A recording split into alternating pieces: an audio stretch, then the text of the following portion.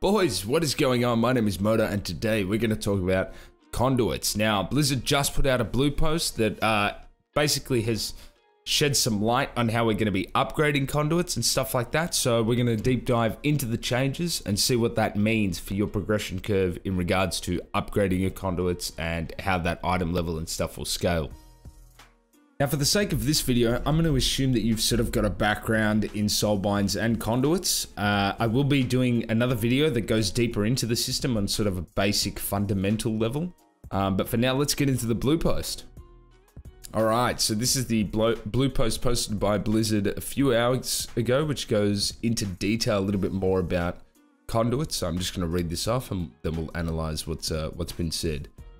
We've recently seen a number of questions about how conduits work in Shadowlands. Here's a brief explainer. Conduits are items that have item levels like other loot that you'll see in Shadowlands. Currently in the beta, heroic dungeon loot is item level 171 and normal difficulty Castle Nathria is dropping eye level 200 gear. Like other loot, the higher the conduit's item level, the more powerful its effect. Conduits can come from many sources, including dungeon bosses, raid bosses, the PvP vendor, and world quests, and content via calling. So that's your weeklies that you do for your covenant. Conduits go into a collection, making it unnecessary to repeatedly earn individual conduits at a given item level. Conduits drop as personal loot and are class-based, so they don't differ based on your active spec or your loot spec. They're also additive with other loot drops. A conduit won't replace an item that a boss might otherwise have dropped. Conduits are not tradable. Our goal is to offer one or more ways of targeting the specific conduits that you might want, such as PvP vendors and loot drops. In addition to those available via callings and a catch-all conduit sold by Venari in the Maw. Specific to Venari, we're in the process of removing Stygia, which is the currency that you earn in the Maw and spend at Venari, as a repeatable reward from twisting corridors. This is one of the Torghast levels, I believe. Our goal here is for the Eye of the Jailer in the Maw to be a limiting factor on Stygia gains. That's something that I do want to talk about as well. As with other items, you can experience big upgrades when replacing conduits. If you have an eye level 171 version of a conduit, you obtain an eye level 213 version of that conduit from a mythic keystone dungeon, which doesn't make sense because I thought the cap was 210, but I don't know what's going on with that. But you'll take it to the Forge of Bonds and enjoy your nice upgrade. Now, what does this mean for you, the player? Now, previous to this post, the way we thought we were going to be upgrading conduits was basically by farming a currency called Stygia, which you would acquire in the Maw and the Maw only. And then you would go to the vendor Venari, which is kind of your companion in the Maw that sells you a bunch of useful stuff, and basically use Stygia to upgrade your conduits. Now, basically you would buy the item Manifest Aether's Hunt, and what that would do is it would add a conduit that you didn't have to your collection or upgrade an existing conduit by 1 rank.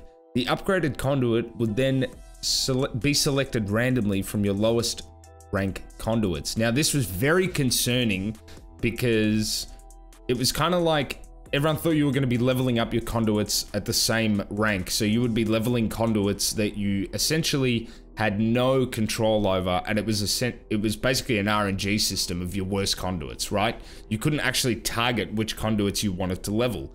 Now that completely changes. So now wherever your conduit comes from, that difficulty that you do said content on will drop the relative item level conduit loot, if that makes sense. So for an example, if I go and do a mythic plus 10, which gives me 210 item level loot, and my conduit comes from a specific dungeon, and I go do that dungeon on a 10, it will essentially drop me a 210 item level version of that conduit.